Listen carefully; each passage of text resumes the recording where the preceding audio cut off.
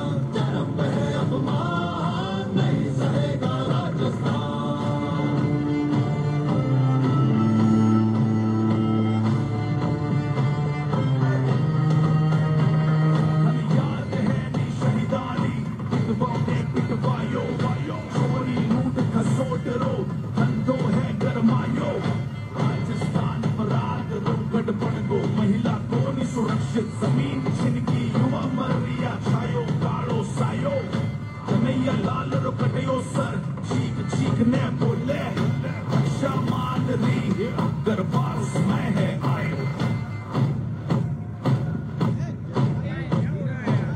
प्रदेश में जंगल राज फैलाया, गंगों में अपना को जलाया, वाली के दीप बुझाए, राम की नवमी को रुकवाया। संता पे अत्याचार हो रिया, बिक रही है थाकिया, चरम पे अपमान नहीं सहेगा राजस्थान, चरम पे अपमान नहीं सहेगा राजस्थान।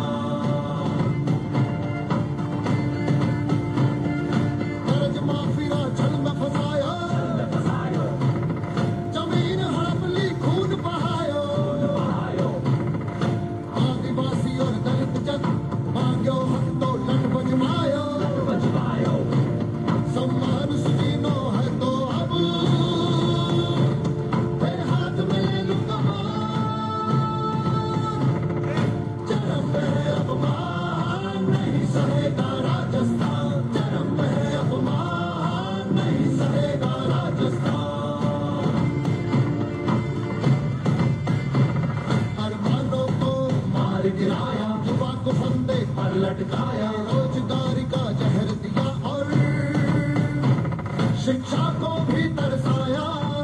बदली पीड़ा ने मत भूल जो नौजवान, 17 गलियारा तक पहुंचा दी जो पैगाम, पहुंचा दी जो पैगाम।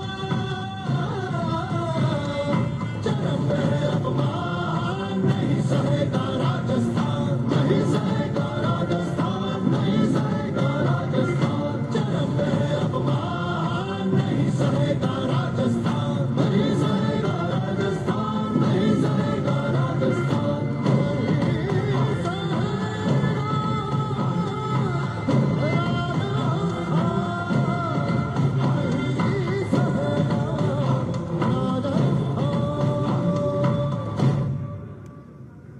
धन्यवाद। राजस्थान की फेल सरकार को हटाने के लिए अभियान से जुड़े।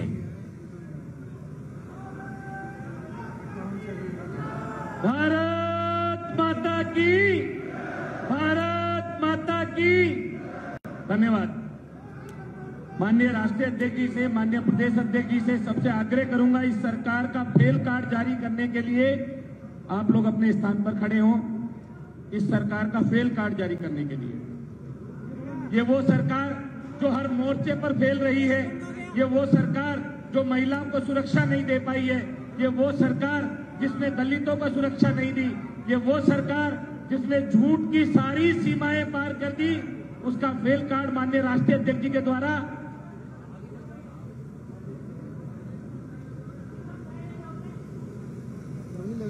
नहीं सहेगा राजस्थान, इस फेलियर सरकार को नहीं सहेगा राजस्थान। ऐसे संकल्प के साथ माननीय राष्ट्रीय अध्यक्ष जी द्वारा खेल कार्ड जारी किया गया। इसी श्रृंखला में मैं आग्रह करूंगा माननीय राष्ट्रीय अध्यक्ष जी से, इस देश के अंदर हम वीरांगनाओं का सम्मान करते हैं, लेकिन राजस्थान के अंदर इस सरकार ने वीरांगनाओं का अपमान किया है। ऐसी हमारी दो वीरांगना बहनें मंजू जाट और मधुबाला जी से मैं आग्रह करूंगा वो मंच पर आए, माननीय राष्ट्रीय अध्यक्ष जी उनका स्वयं सम्मान करेंगे। मधुबाला और मंजू जाट, माननीय राष्ट्रीय अध्यक्ष जी उनका सवाल उठाकर सम्मान करेंगे, उनका अभिवादन करेंगे। इस देश में हम लोग वीरांगनाओं की पूजा करते हैं और इस प्रदेश के अंदर ये मुख्यमंत्री वीरांगनाओं का अपमान करते हैं और हमारी पार्टी के कार्यकर्ता और हमारी पार्टी के राष्ट्रीय अध्यक्ष वीरांगनाओं का सम्मान करते हैं। भारतीय जनता पार्टी भारत माता की, भारत माता की। इसी श्रृंखला में ये वीरांगनाएं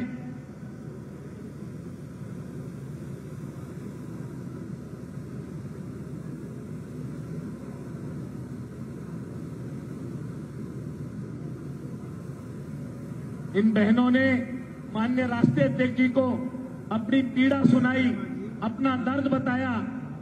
माननीय राष्ट्रीय अध्यक्ष जी जो इस पार्टी के राष्ट्रीय अध्यक्ष बनने के बाद पूरे देश के अंदर लगातार चराइए तू के संकल्प के साथ तोड़ते चले जा रहे हैं और भारतीय जनता पार्टी को हर बूथ तक, हर पन्ने तक पहुंचाने की जिनकी संकल्पना हम सब लोगों के साथ मिलकर हम पूरी करने का प्रयास कर रहे हैं। ऐसे माननीय राष्ट्रीय अध्यक्ष जी से मैं आग्रह करूंगा कि वो आए और हम सबको आशीर्वाद दें। माननीय राष्ट्रीय अध्यक्ष जी एक बार जोरदार तालियां बजा के माननीय राष्ट्रीय अध्यक्ष जी का अभिवादन करें। माता की।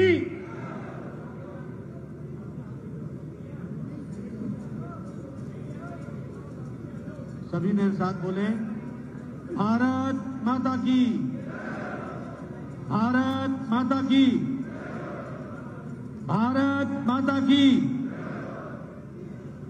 आज के इस नहीं सहेगा राजस्थान के महारैली में मंच पर उपस्थित पार्टी के बहुत ही जुझारू और संवेदनशील अध्यक्ष सम्माननीय सीपी जोशी जी,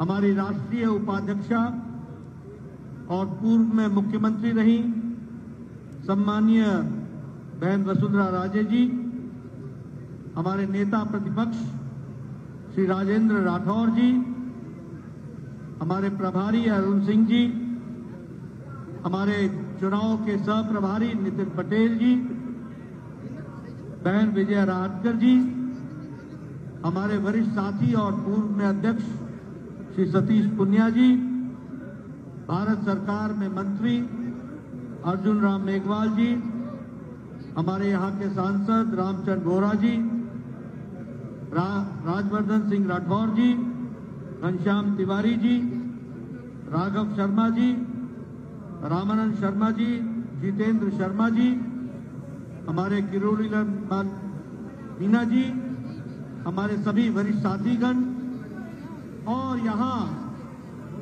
इस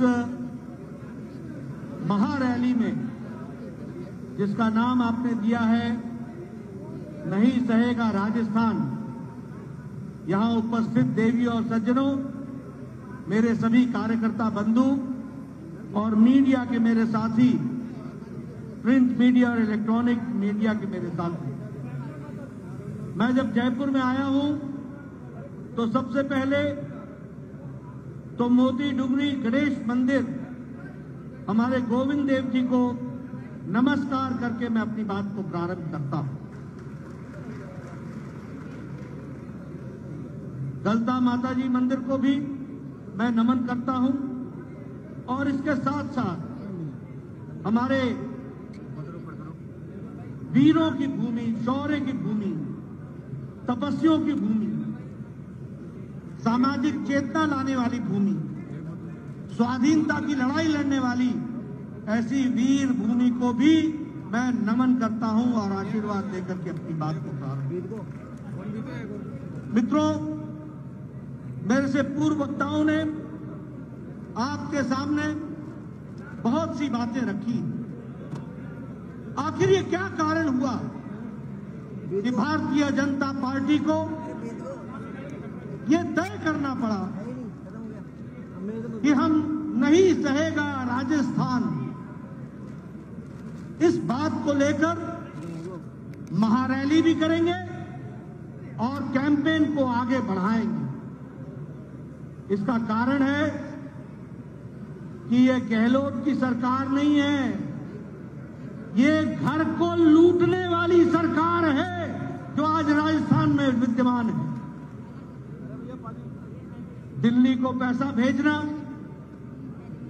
गरीबों के पॉकेट का हिस्सा मारना, सरेआम भ्रष्टाचार को प्रोत्साहित करना, भ्रष्टाचार के नए रिकॉर्ड बनाना, यह गहलोत सरकार का काम करने का चाल चरित्र है। इसको हमको समझना चाहिए। यह सरकार लूट लेने वाली सरकार है। यह सरकार अत्याचार करने वाली सरकार है। यह सरकार कुशासन लाने वाली सरकार है और ऐसी सरकार को बिल्कुल भी एक मिनट भी रहने का अधिकार नहीं है और आने वाले नवंबर में आप इसको बाहर का रास्ता दिखाएंगे, इस बात का मुझे पूरा विश्वास है। मित्रों, अभी अभी हमने एक फेल कार्ड का रिपोर्ट कार्ड आपके सामने रखा। राजस्थान का 5 साल के अंदर रिकॉर्ड क्या है? कौन से आयाम, कौन से काम गहलोत सरकार ने किए हैं? उल्टे गहलोत सरकार ने कुशासन के झंडे झुलाने का काम किया है तो गहलोत सरकार ने किया। अगर भ्रष्टाचार में किसी ने रिकॉर्ड बनाया तो गहलोत सरकार ने। और उसी को बात को अगर हम आगे बढ़ाएं तो ध्यान में आता है कि चाहे दलितों पर अत्याचार हो, महिलाओं पर अत्याचार हो, आदिवासियों पर अत्याचार हो, बच्चों पर अत्याचार हो, सभी में राजस्थान ने सारे रिकॉर्ड तोड़ने का काम किया है तो गहलोत सरकार ने। और इसीलिए हमने तय किया है कि नहीं सहेगा राजस्थान के नाम पर कैंपेन को चलाकर 2 करोड़ लोगों तक पहुंचने का हम काम करेंगे। हर पंचायत में जाएंगे, हर ढाणी में जाएंगे, जनता को पार्टी का संदेश पहुंचाएंगे और भ्रष्टाचार मुक्त और विकास युक्त सरकार लाएंगे, राजस्थान की सरकार बनाएंगे। इसको हमको आगे बढ़ाना है और इसी बात को लेकर के हम आगे चलेंगे। मित्रों, ये यूपीए की सरकार, ये यूपीए क्या है? ये यूपीए है, यू स्टैंड फॉर उत्पीड़न। उत्पीड़न करने वाली सरकार है तो वो यूपीए की यू है। और अगर हम पी की बात करें तो पक्षपात करने वाली सरकार है तो वह भी यही यूपीए सरकार है। और ए है तो वह अत्याचार करने वाली सरकार भी यही सरकार है। ये हमको समझना। इसलिए उत्पीड़न, पक्षपात और अत्याचार करने वाली ये यूपीए की सरकार, उसके बारे में हमको जरूर ध्यान रखना चाहिए। जब हम महिला उत्पीड़न की बात करते हैं तो आपके सामने थानागाजी का गैंगरेप आपके ध्यान में होगा। ये थानागाजी का गैंगरेप परिवार के सामने, पति के सामने गैंगरेप हुआ और कोई सुध लेने वाला नहीं। प्रशासन ने एफआईआर करने में भी कोताही करने का काम करती है तो ये यहां की सरकार है। अगर मैं बात करूं आलापुरा के और अलवर की घटना के, जहां एक मजहबी सिख की बच्ची को उसका गैंगरेप हुआ, उसके साथ गलत बर्ताव हुआ और बाद में उसका मर्डर हुआ, यह भी हम सबके सामने है। अगर मैं बात करूं खाजूवाला के दलित युवती के साथ गैंगरेप, जहां पुलिस वाले ही यानी रक्षक ही भक्षक बन गए और उन्होंने इस काम को अंजाम दिया, बाद में एफआईआर करने में भी गुरेजी की गई। यह है गहलोत की सरकार। और आपको ध्यान में होगा ना कि एक कांग्रेस का नेता, शायद मंत्री थे, जो विधानसभा में मंत्री थे, मंत्री हैं, वो विधानसभा में कहते हैं कि ऐसी घटनाओं में मुझे उनके वाक्य बोलने में भी शर्म आती है। इस तरीके का वाक्यों का प्रयोग करने का काम वो करते हैं। अभी जो करौली में जो घटना घटी है अभी 2 दिन पहले, ये घटना मानवता को झिकझोर देने वाली घटना है। पहले अपहरण होता है और उसके बाद रेप होता है, फिर गोली से मार दिया जाता है, फिर एसिड से जलाया जाता है और फिर कुएं में डाल दिया जाता है और उसको हर तरीके से केस को दबाने का काम करती है तो गहलोत सरकार करती है। यह यहां का कुशासन है, यह यहां का कुशासन है। दौसा में अपहरण हुआ, अपहरण करने के बीच में जब माता पिता पड़े उसको रोकने के लिए, तो पिता को कुचल डाला और माता को अटैक करके घायल कर दिया। यह स्थिति की गई और अपहरण करके ले गए। यह भी हम सबके सामने है। बताइए ये उत्पीड़न है कि नहीं है? बताइए ये उत्पीड़न है कि नहीं है? इसके खिलाफ आवाज उठानी है कि नहीं है? और जो लोग ऐसे लोगों को संरक्षण देते हैं, इनको जेल के पीछे डालना है कि नहीं डालना है? इनको सजा दिलानी है कि नहीं दिलानी है? और नवंबर में इनको घर बैठाना है कि नहीं बैठाना है? ये उत्पीड़न करने वाली सरकार को हमको जवाब देना पड़ेगा। मित्रों, अगर मैं बात करूं, आज लगभग प्रतिदिन 18-19 रेप केसेस हो रहे हैं। प्रतिदिन 5 से 7 मर्डर हो रहे हैं। 24,000 से ज्यादा महिलाओं का दुष्कर्म हुआ है, ऐसा रिकॉर्ड हुआ। और जयपुर में 2-3 किलोमीटर के अंदर ही महिला के आत्मदाह का भी केस हम लोग के सामने आया। ये कैसा राजस्थान जो संस्कृति के लिए जाना गया, जो राजस्थान शांति के लिए जाना गया, जो राजस्थान भाईचारे के लिए जाना गया, जो राजस्थान विकास के लिए जाना गया, आज वहां महिला उत्पीड़न चरम शिखर पर है। चरम सीमाएं, सारी सीमाएं पार कर रही है, सीमाएं लांघ रही है। ऐसे को मुंह तोड़ जवाब देना राजस्थान की जनता की जिम्मेवारी है। इसलिए अब राजस्थान की जनता नहीं सहने वाली है इस गहलोत सरकार को। यह भी हमको स्पष्ट संदेश देना है।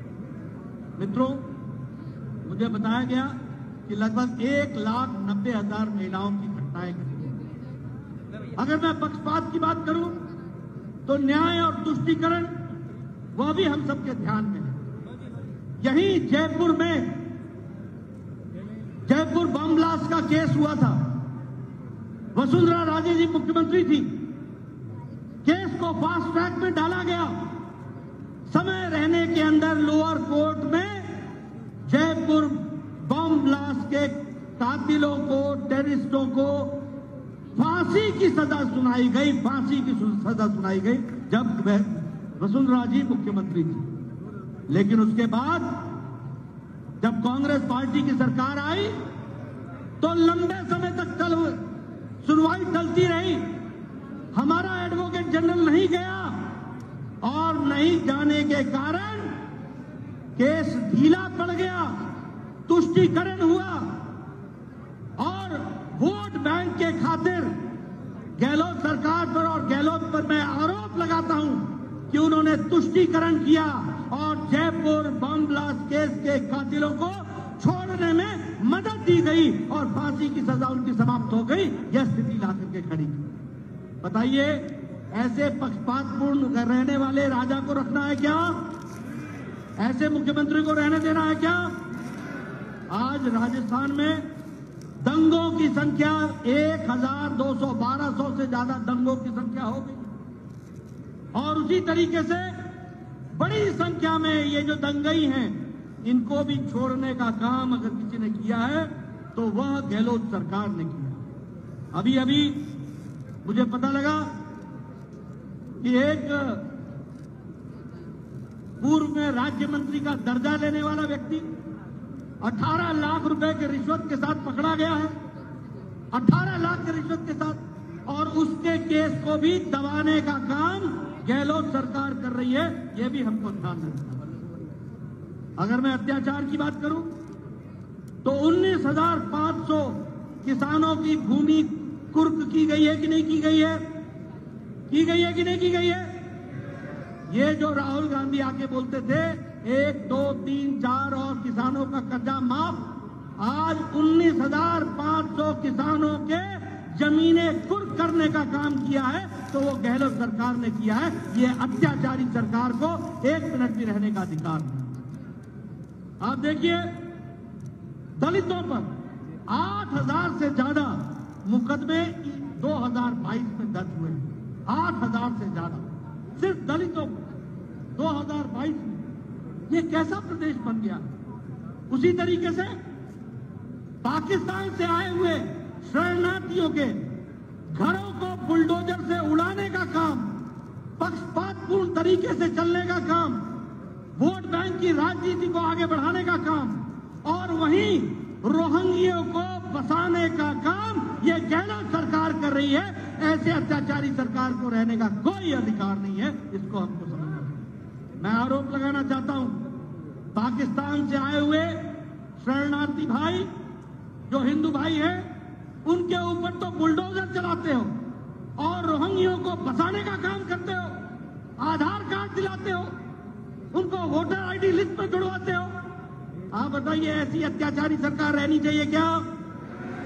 ऐसी सरकार जो वोट के लालच में वोट बैंक खड़ा करने का काम करे और देशद्रोहियों को समर्थन करे, ऐसे लोगों को रहने देना है क्या? अगर नहीं देना है तो गांव-गांव जाकर के ये संदेश दे दो कि अब राजस्थान सहने वाला नहीं है और इनको उखाड़ करके फेंक देने वाला है। इसको हमको पूरा करना पड़ेगा। मित्रों, मैं ये सारी बातें आपके सामने इसलिए कह रहा हूं कि उत्पीड़न में नंबर 1, पक्षपात में नंबर 1, अत्याचार में नंबर 1, यह है यूपीए की सरकार।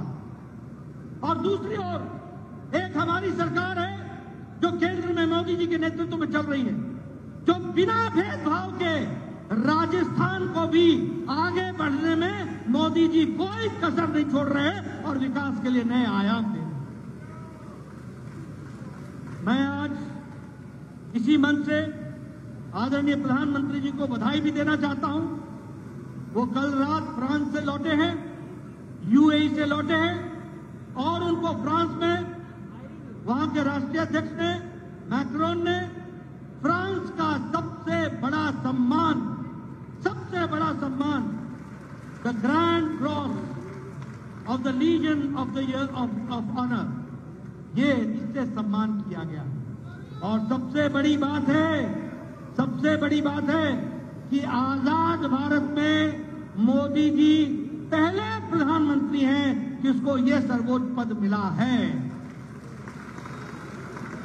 और प्रधानमंत्री मोदी जी पहले प्रधानमंत्री हैं जिनको सबसे ज्यादा देशों से भारत के प्रधानमंत्रियों में सर्वोच्च सम्मान से सम्मानित किया गया।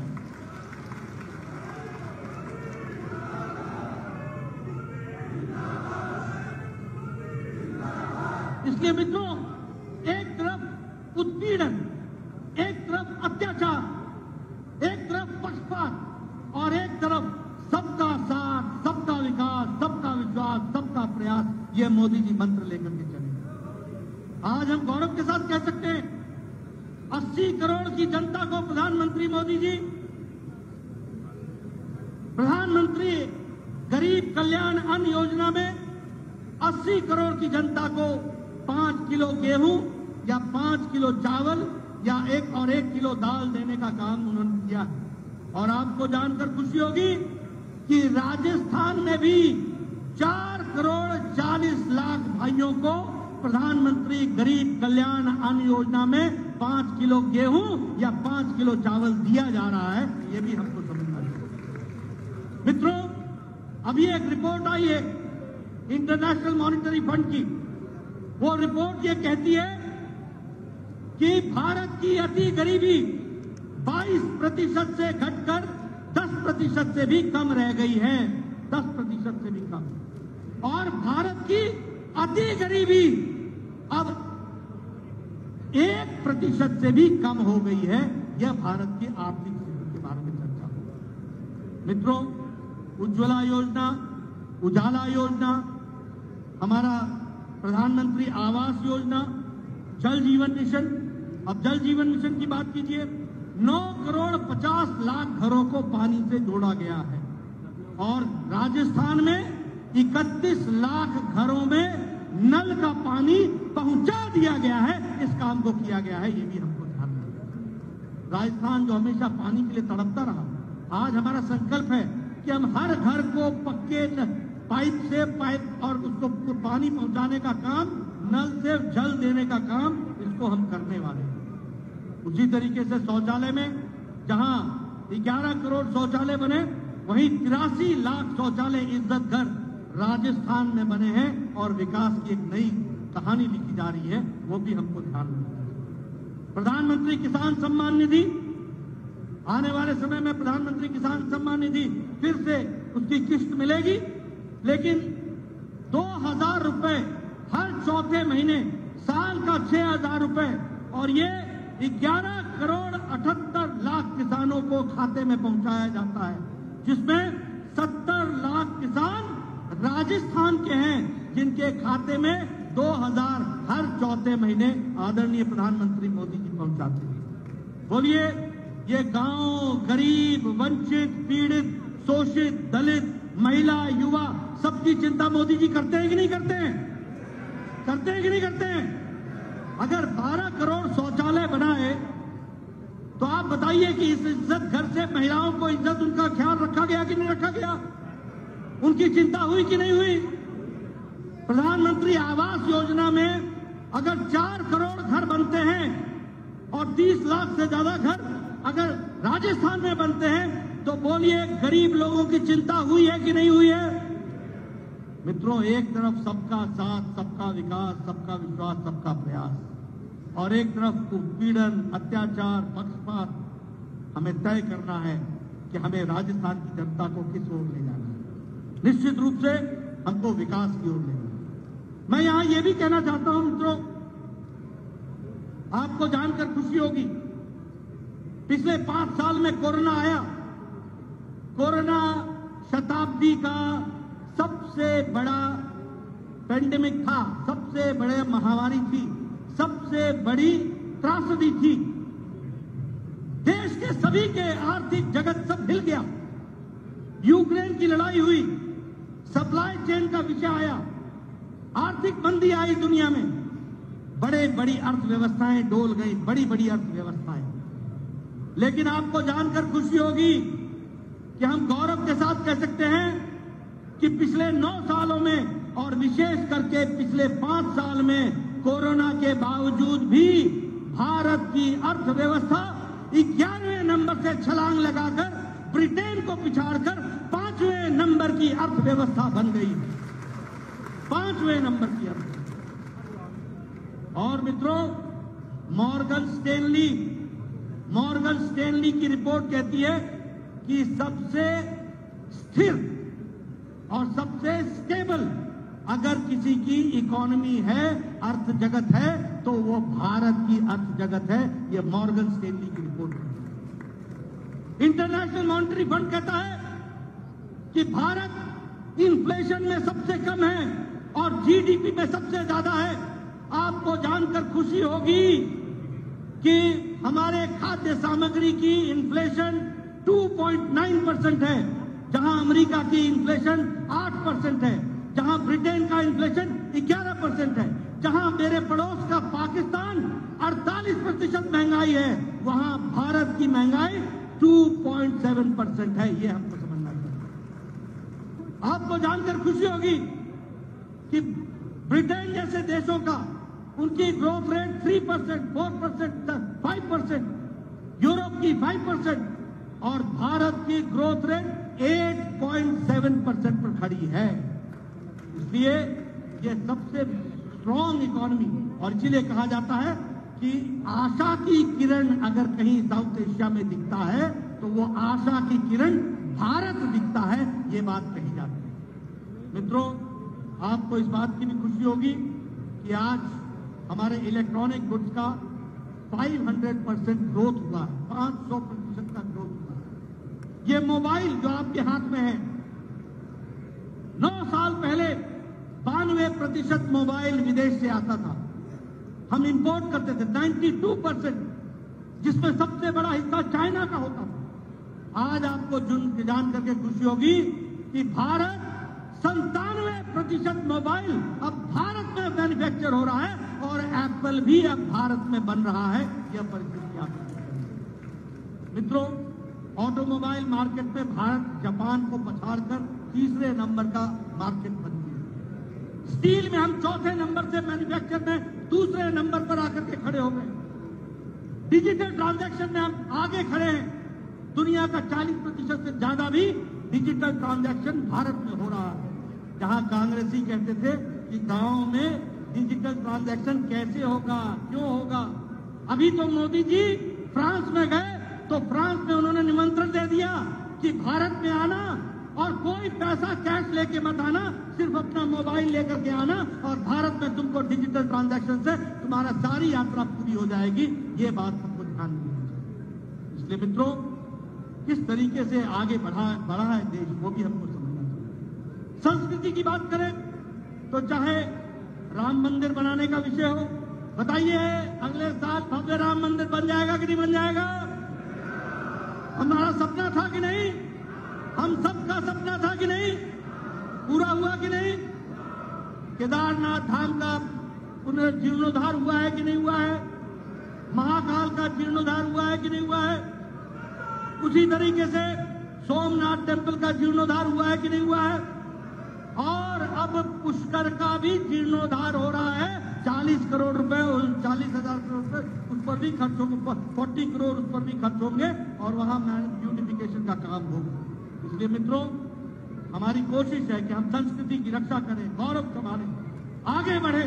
और आगे बढ़ने में एक रोड़ा है, वो रोड़ा राजस्थान में उत्पीड़न का है, अत्याचार का है, पक्षपात का है और गृह लूट गहलोत सरकार का है। इसको हमको छुट्टी पानी है और विकास को नीचे तक पहुंचाना है। इस काम को हमको आगे बढ़ाना है। मित्रों, अगर मैं इंफ्रास्ट्रक्चर की बात करूं तो चाहे सड़क ले लो, आप बताइए आपको 9 साल में फर्क दिखा कि नहीं दिखा? अंडरपास, ओवरपास, एलिवेटेड रोड, 4 लेन, 6 लेन, 8 लेन दिखा कि नहीं देखा? आपको मुंबई से दिल्ली का कॉरिडोर दिख रहा है कि नहीं दिख रहा है? राजस्थान का उससे विकास होगा कि नहीं होगा? मेट्रो रेल का काम चल रहा है कि नहीं चल रहा है? एयरपोर्ट्स का काम चल रहा है कि नहीं चल रहा है? मित्रों, Airways, roadways, railways 400% budget railway का राजस्थान का बढ़ाया गया, 400% बजट बढ़ाया गया। इसलिए मित्रों, मैं आपसे सिर्फ एक ही बात कहना चाहता हूं कि विकास के नए आयाम लिखे गए हैं और विकास को आगे बढ़ाने का काम, उसमें कोई भी कसर नहीं छोड़ी थी। अभी 8 जुलाई को आदरणीय प्रधानमंत्री जी बीकानेर आए थे और 24,300 करोड़ रुपए के या तो शिलान्यास कर गए या उद्घाटन कर गए। वो राजस्थान की उन्होंने तस्वीर बनाई। और उसी तरीके से भिवाड़ी में ट्रांसमिशन सेंटर 1,03,040 करोड़ का वो भी दिया है। और मुझे एक बात की खुशी है, मैं यहां जरूर कहना चाहूंगा, वसुंधरा जी आप पहले विपक्ष की नेता थी, बाद में आप मुख्यमंत्री बनी, बताइए उस समय कितने मेडिकल कॉलेज थे और मोदी जी के आने के बाद 23 मेडिकल कॉलेज राजस्थान को दिए गए कि नहीं दिए गए? हर जिले को एक मेडिकल कॉलेज, जिसमें मुझे याद है कि 7 मेडिकल कॉलेज खुल गए थे और बाकी मेडिकल कॉलेज खुले जा रहे हैं। इसलिए विकास की एक नई कहानी हमारे नेताओं ने, हमारे एनडीए की सरकार ने किया है, इसको भी हमको समझना चाहिए। लेकिन हाँ, आपके सामने में आप कहोगे कि जेपी नड्डा ने एक पोस्टर उठा करके फेल्ड रिपोर्ट गहलोत की दिखा दी। ऐसा मैं सिर्फ पोस्टर नहीं दिखाता हूं, मैं पत्रकारों को याद दिलाना चाहता हूं। बताइए, गहलोत सरकार ने कहा था कि नहीं कहा था कि एग्रीकल्चर के मशीन पर, फार्मर्स के ट्रैक्टर पर हम जीएसटी को हटा देंगे? कहा था कि नहीं कहा था? हटा दिया क्या? हटाया क्या? बताइए, कहा था कि नहीं कहा था कि मैं स्पाइस बोर्ड बनाऊंगा? कहा था कि नहीं कहा था? स्पाइस बोर्ड बन गया क्या? कहा था कि नहीं कहा था कि हम एनिमल हस्बेंड्री और डेयरी को आगे बढ़ाएंगे? बढ़ा दिया क्या? बढ़ा क्या? आप बताइए। उन्होंने कहा था कि मैं जल घर में पहुंचाऊंगा, किया क्या उन्होंने? किया क्या? मित्रों, मैं आपसे पूछना चाहता हूं, उन्होंने कहा था कि शेड्यूल कास्ट, शेड्यूल ट्राइब और ओबीसी का बैकलॉग मैं खत्म करूंगा। कर दिया क्या? मेघवाल जी, किया क्या? आप तो सब जानते हैं, किया क्या राठौर साहब? वसुंधरा जी, किया क्या? ये इनका रिपोर्ट कार्ड है। बताइए, कहा था कि हम शहीदों के पत्नियों को नौकरी देंगे और उनका घर बसाएंगे। किया क्या? आज 2 बहनें आई, मैं करोड़ीमल जी को बधाई देना चाहता हूं और धन्यवाद देना चाहता हूं, जिन्होंने उनकी लड़ाई लड़ी है। और मैं आपको वायदा करता हूं कि आगे हम सब मिलकर के लड़ाई लड़ेंगे और उनको हम उनका न्याय दिलाएंगे। इस बात का आपको विश्वास करें। इसलिए मित्रों, ये जो कांग्रेस पार्टी है, ये जो गहलोत की पार्टी है, ये हर तरीके से घोटाले करती है। दूसरा रिपोर्ट कार्ड बताऊं क्या? आप बताइए, वृद्धावस्था पेंशन में 450 करोड़ रुपए का घोटाला हुआ कि नहीं हुआ? हुआ कि नहीं हुआ? आप बताइए, भ्रष्टाचार निवारण अधिनियम में 511 मामले दर्ज हुए कि नहीं हुए? और उनका कोई नतीजा अभी तक नहीं निकला है। आप बताइए, गहलोत परिवार के लोग हजारों के कॉन्ट्रैक्ट ले रहे हैं कि नहीं ले रहे? ले रहे हैं कि नहीं ले रहे? परिवार का पोषण चल रहा है कि नहीं चल रहा है? ये इनका रिकॉर्ड है। मित्रों, आप बताइए, मैं भरतपुर गया था, भरतपुर के मंत्री के पति ने रेप और मर्डर का केस है कि नहीं है? भरतपुर के मंत्री के, मैं ठीक बोल रहा हूं, भरतपुर के मंत्री के पतिदेव पर मर्डर का और रेप का केस है कि नहीं है? और गहलोत सरकार उसको बचा रही है कि नहीं बचा रही है? ये अत्याचार है कि नहीं है? ये उत्पीड़न है कि नहीं है? ऐसी सरकार को रहने देना है क्या? मित्रों, आजकल इन्होंने एक नया शगुफा छोड़ा है और वो है पीडीए। और पीडीए क्या है? Patriotic democratic alliance. मैं पीडीए को कहना चाहता हूं कि ये प्रोटेक्शन ऑफ डायनेस्टीज अलायंस है। ये प्रोटेक्शन ऑफ डायनेस्टीज अलायंस है। ये परिवारवाद को बचाने का तरीका है। आप बताइए, समाजवादी पार्टी अखिलेश और डिम्पल की पार्टी रह गई कि नहीं रह गई? बोलिए ना, अखिलेश और डिम्पल की पार्टी है कि नहीं है? ये आरजेडी, लालू, अपने उसकी पत्नी राबड़ी देवी, तेजस्वी, तेज प्रताप, मीसा, इस परिवार की पार्टी है कि नहीं है? इसी को बचाने के लिए अलायंस हो रहा है कि नहीं हो रहा है? आप बताइए, टीएमसी ममता और उसका भतीजा अभिषेक की पार्टी है कि नहीं है? आप बताइए, चंद्रशेखर राव की भारतीय राष्ट्रीय समिति बीआरएस, ये बताइए, केटीआर के बाद कविता, ये परिवार की पार्टी है कि नहीं है? आप बताइए, करुणानिधि के बाद स्टालिन के बाद उदयनिधि, ये परिवार की पार्टी है कि नहीं है? आप बताइए, ये शिवसेना उद्धव और आदित्य की पार्टी है कि नहीं है? आप बताइए, हमारे पवार साहब, हमारे दो पवार और सुप्रिया सोले की पार्टी परिवार की पार्टी बनी कि नहीं बनी? मित्रों, ये पीडीए, ये प्रोग्रेसिव डेमोक्रेटिक अलायंस नहीं है, यह प्रोटेक्शन ऑफ डायनेस्टी अलायंस है। ये सब लोग अपने परिवारों को बचाने के लिए ये अलायंस में आते हैं और मोदी जी देश को आगे ले जाने के लिए काम में जुटते हैं। ये हमको फर्क समझना चाहिए। इसलिए मेरे से कल एक पत्रकार ने पूछा, ये आपको ये जो अलायंस हुआ है इसके बारे में क्या कहना है? मैंने उनसे कहा मुझे कुछ नहीं कहना है, ये तस्वीर बनाने के लिए अच्छा है कि एक साथ तस्वीर बनती है। आप बताओ, फारूक अब्दुल्ला और मुफ्ती मोहम्मद महबूबा मुफ्ती ये तो पहले से ही एक थे, इसमें नई बात क्या है? आप बताइए कि ये समाजवादी पार्टी कांग्रेस के साथ चुनाव लड़ी थी कि नहीं लड़ी थी? ये समाजवादी पार्टी बीएसपी के साथ चुनाव लड़ी थी कि नहीं लड़ी थी? आप बताइए, जेडीयू और आरजेडी साथ लड़े थे कि नहीं लड़े थे? आप बताइए, टीएमसी और कांग्रेस साथ लड़े थे कि नहीं लड़े थे? ये तो पहले से मिले, कौन किसको क्या देगा?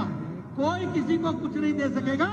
बचाने का इरादा सिर्फ ये है कि इनके ऊपर केस न हो और इनके परिवारों को बचाया जाए। ये परिवार बचा रहे हैं, ये पार्टियां परिवार की पार्टियां हैं और मोदी जी देश को आगे ले जा रहे हैं। इस बात को हमको समझना होगा।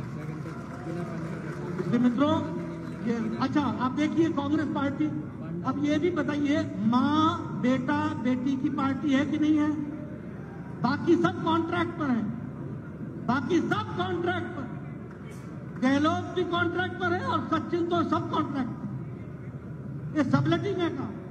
बाकी सब परिवार की पार्टियां हैं, ये परिवार लोग चलाते हैं। इसलिए मित्रों, देश को अगर आगे बढ़ाना है तो भारतीय जनता पार्टी को मजबूती देनी है और राजस्थान पर लगा हुआ ये दाग भ्रष्टाचार का, ये दाग अनाचार का, ये दाग अत्याचार का, ये दाग उत्पीड़न का, इसको मिटाना है। गहलोत को घर बैठाना है। राजस्थान अब सहने वाला नहीं है, हमने आगे बढ़ना है और विकास की नई रणगाथाएं। आपने मेरी बात सुनी, आपका बहुत बहुत धन्यवाद। जय भारत, जय राजस्थान।